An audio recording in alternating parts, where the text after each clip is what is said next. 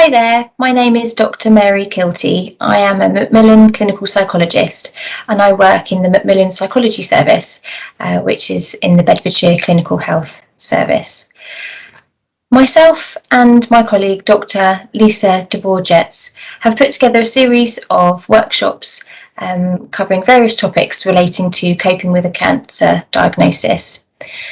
This webinar is for anyone affected by cancer. That might be yourself has been diagnosed with cancer, or a loved one, a family member, friend, to help you think about some common reactions to a diagnosis, what normal adjustment is, some strategies for managing difficult emotions, and an understanding of where to go if you require further psychological and emotional support. I'm going to share the screen now so you can see the presentation. And I hope you find it useful. So this is chapter 4, which is part 1 of the strategies that we're going to be offering for managing difficult emotions. And this series of workshops aims to help you acknowledge the emotional and psychological impact that it can have on you and those around you. And this is one of the areas where we're hopefully providing with you with some helpful ways to manage your emotions going forwards. We do recommend that you watch the videos in chronological order, so chapter 1 right up to chapter 6, as each one builds upon the last one. And we have separated the strategies into part 1 and part 2 so that you can have an opportunity to maybe watch part 1, try out some of the strategies before coming to part 2 and trying some strategies that might be in part 2.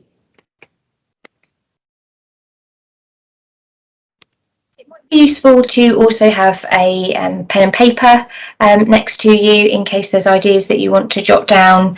There is also some parts where we might ask you to pause the video and reflect on your experiences, so you might want to go and grab that now. It is totally okay to pause the video if you need to take a break, come back to it another time if you feel that you're getting overwhelmed with certain feelings. Some of the things we will be talking about today understandably may connect you with some very intense memories or emotions relating to your diagnosis and elicit a range of feelings, so do take care of yourself and do what's right for you.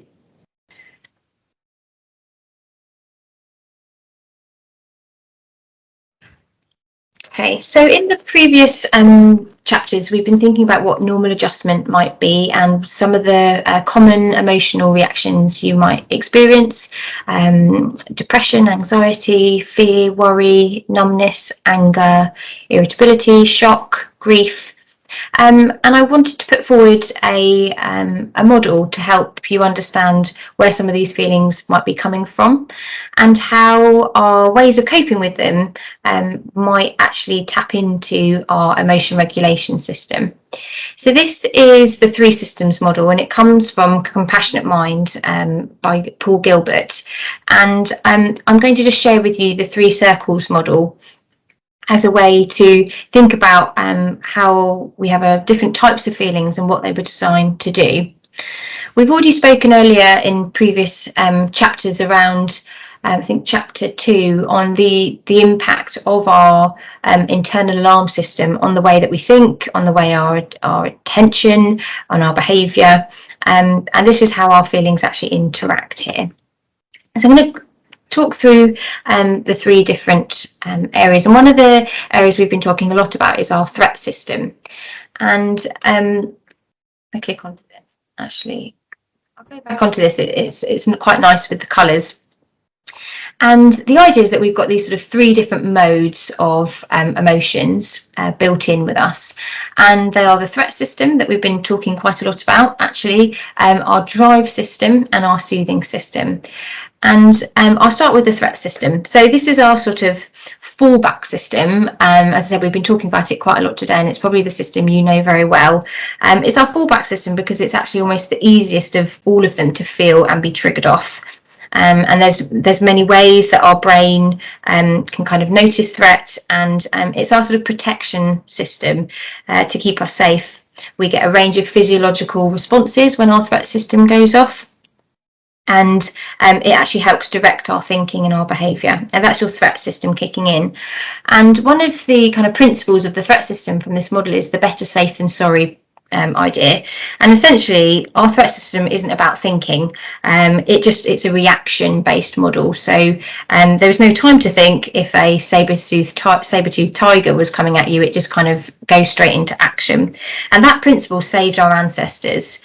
If we didn't have that system kicking off, we wouldn't potentially survive long enough to actually have ancestors and have kind of pass on to our down the line. And the idea of the better safe than sorry is that because it doesn't think very much, it just reacts. It's better to be safe than sorry, because actually, if you get eaten by a saber-toothed tiger, you're kind of done for.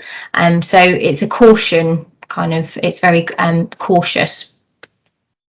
And then we trigger the fight, flight, or freeze response, which is again about keeping us safe. So you're going to run away, you're going to fight that threat, or you're just going to freeze and hope you're not going to be noticed.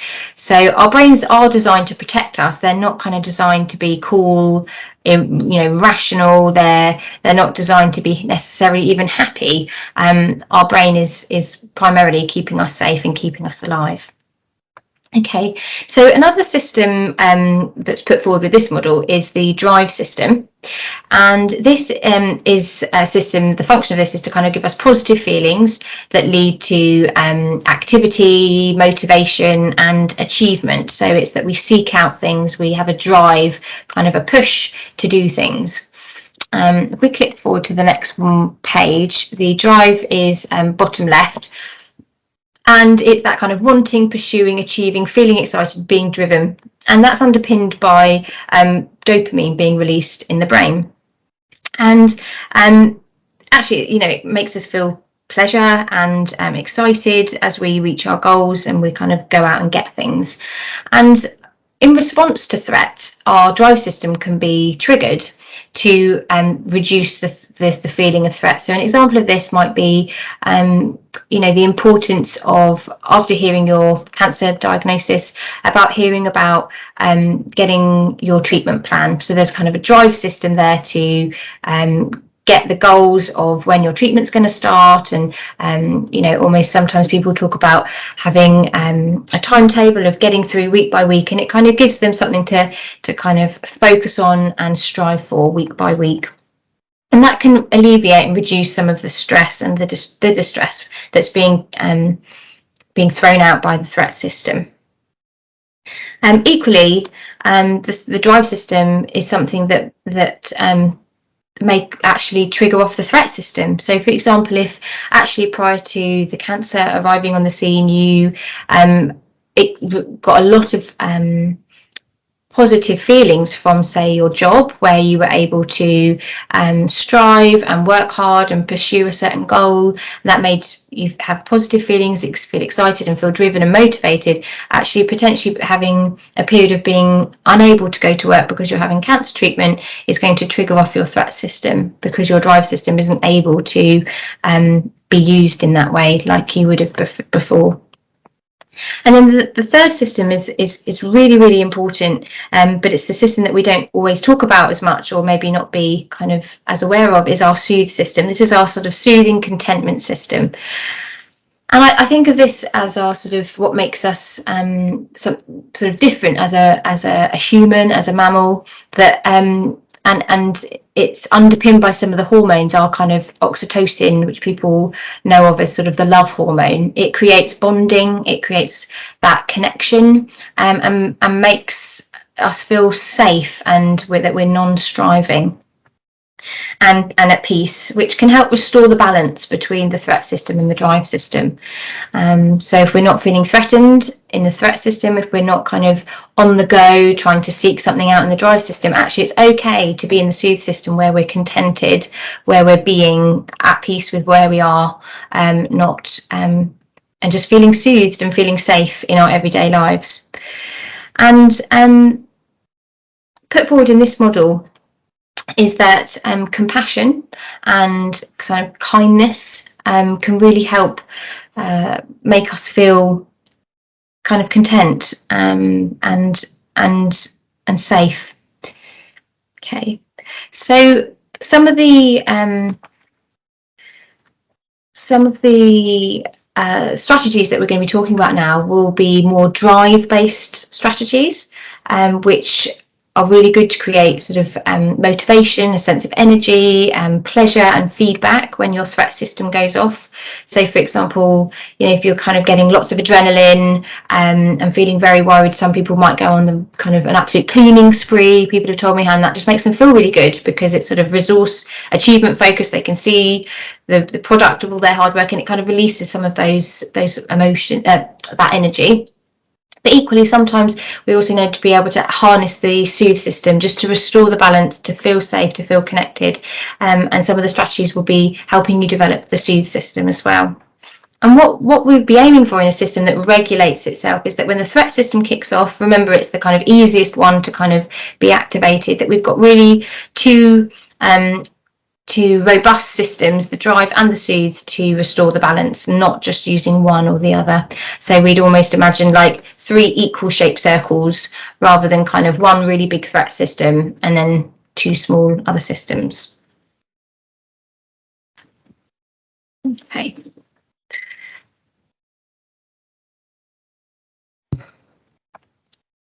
So I just want you to, at this point, just to maybe pause the video and with your pen and paper, just to have a think, spend a few minutes reflecting on what you have found has helped you cope in the past.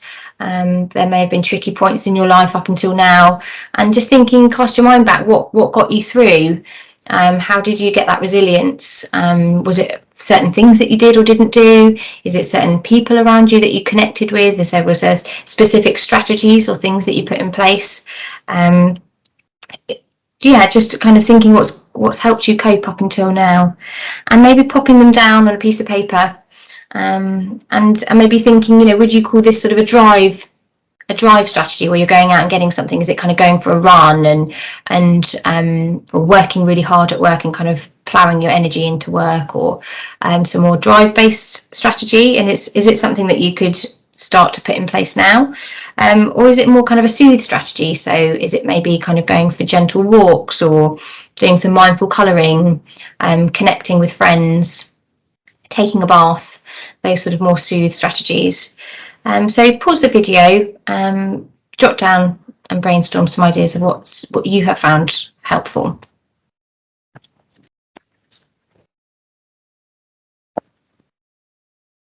Okay, so hopefully you've got a couple of ideas on paper, and maybe just moving on from after today's chapter, thinking about what you might want to put in place. There might be things that you've jotted down that are a surprise to you, that you had forgotten, that had things that had been helpful.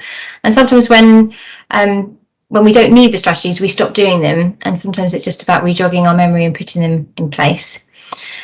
Just going to move into some sharing with you some general tools and strategies that you may find helpful to try out, and things that we know do promote well-being. So the first one is from a slide from a website called Get Self-Help, and it's called the Steps to Wellbeing handout. You'll be able to Google this. It's free online from the Get Self-Help website, and we've split it over 2 slides so that it wasn't too small, but I'm just going to go through each one and just say a little bit about it. It essentially, the research tells us that there's certain ingredients that help us have a positive well-being, and these are some of the things that kind of are the ingredients that make up a good mental health. So the first one is being kind to yourself, and we've been hearing this a bit more over the last 12 months, but it's so important. If we think back to that reality gap that you might be experiencing, and how kind of just acknowledging how hard this is, and you're doing your best. We're all going to have good days and bad days, and if we have a bad day, you did your best. You might not be your finest kind of performance. You might not have been how you'd like to be, but actually you're doing your best here, and you didn't ask for any of this. So rather than kind of criticizing yourself and beating yourself up, just allow yourself some kindness, really. I often ask people to think, well, what would you say to a friend, or how would you view that if you were hearing about that story from a friend's point of view? And often we're more critical of our own behaviour and our own level of coping than what we might be of other people. I mean, some of these are sort of more kind of obvious than others, and I think it's helpful just to think about whether or not some of these activities have gone by the wayside since you or your loved one or your family member or friend has had the cancer diagnosis, because sometimes they can sort of slip off the radar, and sometimes it's just really helpful to put them back on. So kind of we know that exercising regularly, it really lifts our mood, helps release some of that energy from stress and anxiety, helps us sleep better, and just being outside and being in green space near water and finding something that you enjoy, and just do it. Don't kind of wait for the perfect day, or just try and do that exercise or get outside if you feel well enough. Taking up a hobby or learning a new skill, this can be really good for sort of distraction, taking your mind off things, having a bit of pleasure, and that kind of harnesses probably your drive and your soothe system as well, and that enables you to have some fun and be creative.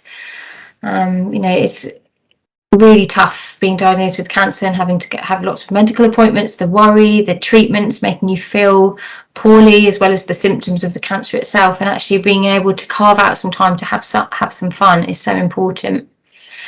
We know that kind of helping others and being connected into kind of community not only benefits others, but we know that it can make people feel better about themselves. Making time to relax and not kind of overdoing it.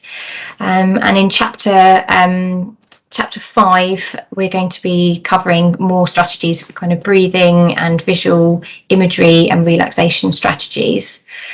Eating healthily, and just having a good sleep routine. You might have found that your energy levels and your sleep has been affected, so having a good sleep routine, and this may be something that you want to ask your nurse about in terms of kind of sleep hygiene practices. But kind of good things are around going to bed at the same time, trying to limit naps, and kind of having a good wind down routine as well, so that you start to have to go to more soothing, calming activities closer to bedtime. So the last 4 steps to well-being are kind of these ingredients are connecting with others. So if you've noticed there's been a bit of a tendency lately to sort of withdraw from others, noticing that might be having a detrimental impact on your mood, and trying to make some contact with family and friends. Be aware of drugs and alcohol, and how that may affect your mood. And then these last 2 around sort of seeing the bigger picture. So is there areas in which you might be able to sort of step back and kind of think about this from another person's perspective, like a friend or a family? What would they be thinking? Or thinking, what will I be thinking about this when I wake up tomorrow? How will I be thinking about this when I wake up in a month's time? Where will I be in a month's time? And what can I do about it that will help me in this moment? And then the last one, sort of, it is as it is, in terms of your emotional feelings. So rather than trying to maybe push away negative emotions, or blaming yourself or criticising yourself for feeling low or being tearful or being irritable, actually just acknowledging that this is really difficult and that you can notice those emotions, and don't struggle with them, just allow them to be there and they will pass, and accepting that is how you're feeling at the moment, and possibly sharing those with other people if you feel that you can.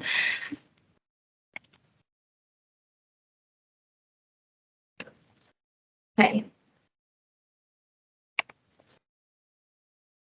So, I guess the way we respond and the way we think about what's going on can have a direct impact on our reactions and the way that we feel.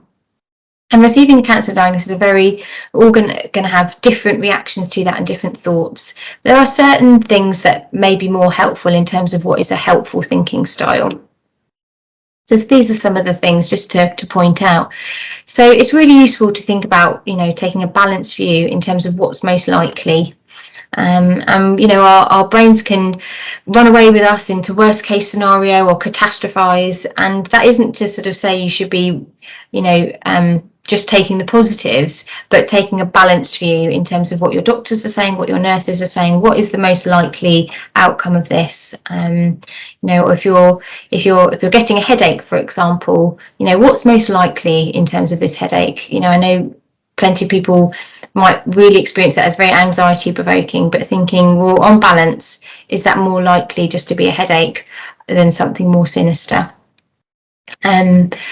being able to try and take a step back, I think we talked about in the last slide around, just being able to change your perspective in the relation to what you're thinking. So, and that might be easier said than done. So it might be that you need to come back to that thought process when you've kind of taken some time out, or sharing it with someone else and getting them to kind of reflect back to enable you to take a step back, or asking yourself the questions that I mentioned earlier around, how might I think about this when I wake up tomorrow? Should I come back to this, tomorrow, or when I've had some rest?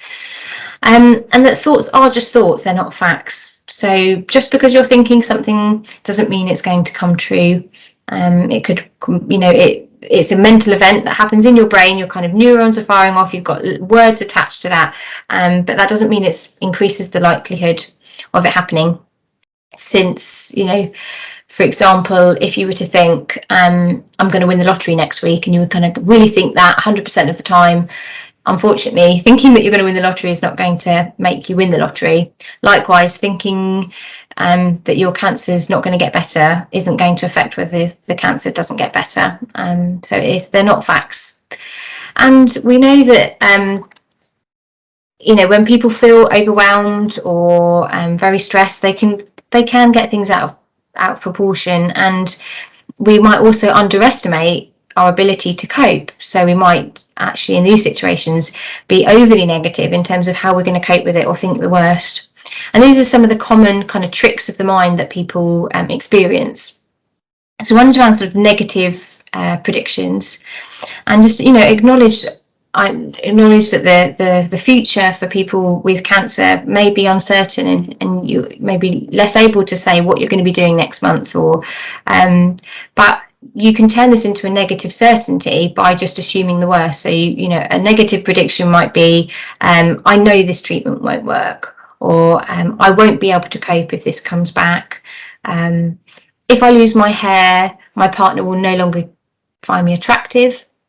And these are all predictions. Again, these are just thoughts, they're not facts, and we can't say for sure. That is sort of uncertain. So just notice if you're making those negative absolute predictions.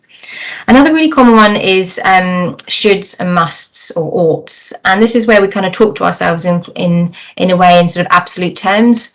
So for example, I should be doing everything that I did before cancer, even though I don't feel well.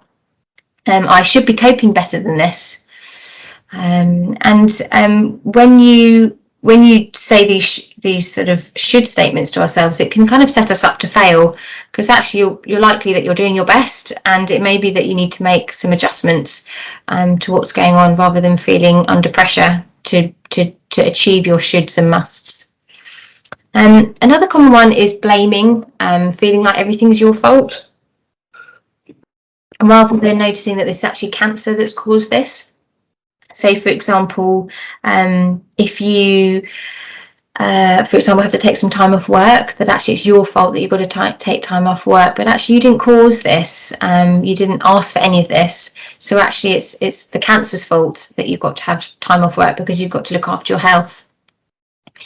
Just want you to maybe invite you to pause the video for a moment and think about what your mental filter might be. Do you have any kind of skewed ways of seeing things? Do you get overly catastrophic, or have negative predictions, or kind of all or nothing thinking, where we see the world in kind of very black and white, that may be a bit unhelpful in terms of the way you're thinking about things?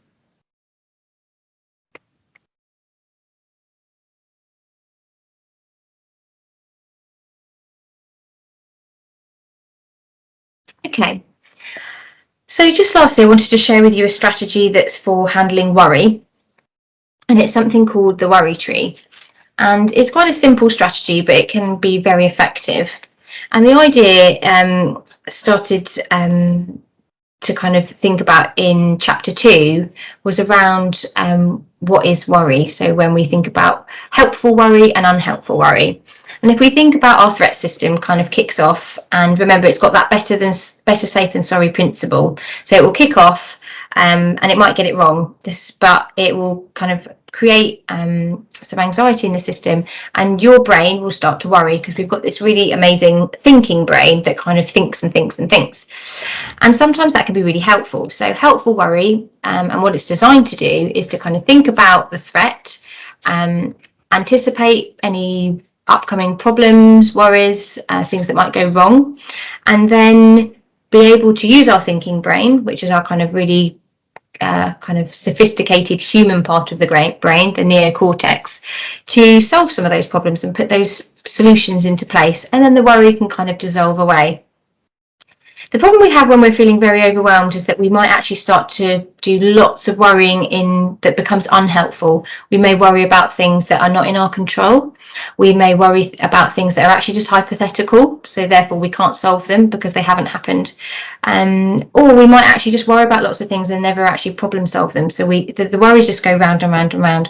And this is where you can get caught in a cycle of worry that keeps your fight, flight or freeze response it's just constantly being triggered, and so then you're just constantly feeling anxious. So the worry tree is a way to kind of help you work out, are you doing helpful worry or unhelpful worry, and then to put certain strategies in place. So the key questions you've got to ask yourself is, first of all, you've got to notice that you're worrying. And for some people, if you've been worrying for a long time, or this may be something that you experienced before the cancer, you may worry without even realising, because it's just almost become a bit like a habit. So first of all, you've got to sort of stand back and notice, gosh, I'm worrying, I'm doing my worrying again. And ask yourself, what am I worrying about specifically? And can I do anything about it? And this is absolutely crucial, because if you can't do anything about it, a different plan of action will proceed from if you can do something about it. So if we go down the right hand column first, this is your helpful worry. This is what your clever thinking brain is kind of wanting to do. So if you can do something about it, yes, you need to then start to think about what the problem solving approach might be and take action. And your strategy is problem solving and putting it into place. So for example, if you're worrying about attending chemotherapy and you don't know who's going to pick the children up from school, and you're worrying about how they're going to get home, are they going to be left there at the gate? What is your problem solving strategy? So whether there's booking them in for an after school club, speaking to your neighbour or friends and family, whether they can do pickup, explaining this to the children about what's happening, and then you take action, you put the problem solving solution into place, and hopefully that worry will then dissolve because it's been solved, okay, because it was in your control to put a plan in place. So looking at the left-hand side is when people get stuck in the more unhelpful worry cycles, where our threat system just keeps finding things to worry about, but actually they're not in our control. So can you do anything about it? No. So the difference is that you need to decide to let the worry go. And actually, strategies for this would be distraction, possibly something quite stimulating to kind of really take your mind off it, or some kind of physical activity. So that might be going for a walk, or going on the exercise bike, or taking your dog out, or cook dinner, so that you've kind of got to think about what it is you're doing, following instructions, and doing something pleasurable. And the idea here is actually noticing that you're worrying about something that you've probably worried about lots of times before, and if it was solvable, you probably would have solved it. Okay, so worrying about whether or not your treatment's going to work, or worrying about what's going to happen, will my cancer come back, how will I cope, will my hair fall out, and lots of those types of worries, they don't have answers because they're either hypothetical, they're in the future, or they may not be in your full control. And going round and round in a loop just keeps you feeling worried. So deciding to notice that that's one of my unhelpful worries, these are the ones that I get stuck with, these are the ones that I need to let go, and then letting it go and moving your focus of attention to something else is key to that. Otherwise you'll kind of not be able to move on. So the worry tree is really helpful alongside something called worry time. And again, a very simple strategy, but it's about actually finding and blocking out and boundarying a bit of time where you can do some of your worrying, because given worry can occur at any time, at any place, you're not always even aware of what triggered it off. It can become very consuming. You can find yourself worrying and it really interfering with your daily life. So an idea of this is that you schedule almost 10-15 minutes of worry time every day. That gives you a sense of control because you can sort of have that time. But equally, what you need to be able to do is then postpone your worry if it pops up at other times. And this is the key bit. So as soon as you become aware of a worry, you would postpone it to your worry time. You might jot it down on a piece of paper and you remind yourself that actually, no, I've thought about that today in my worry time. I'll think about that in my worry time tomorrow.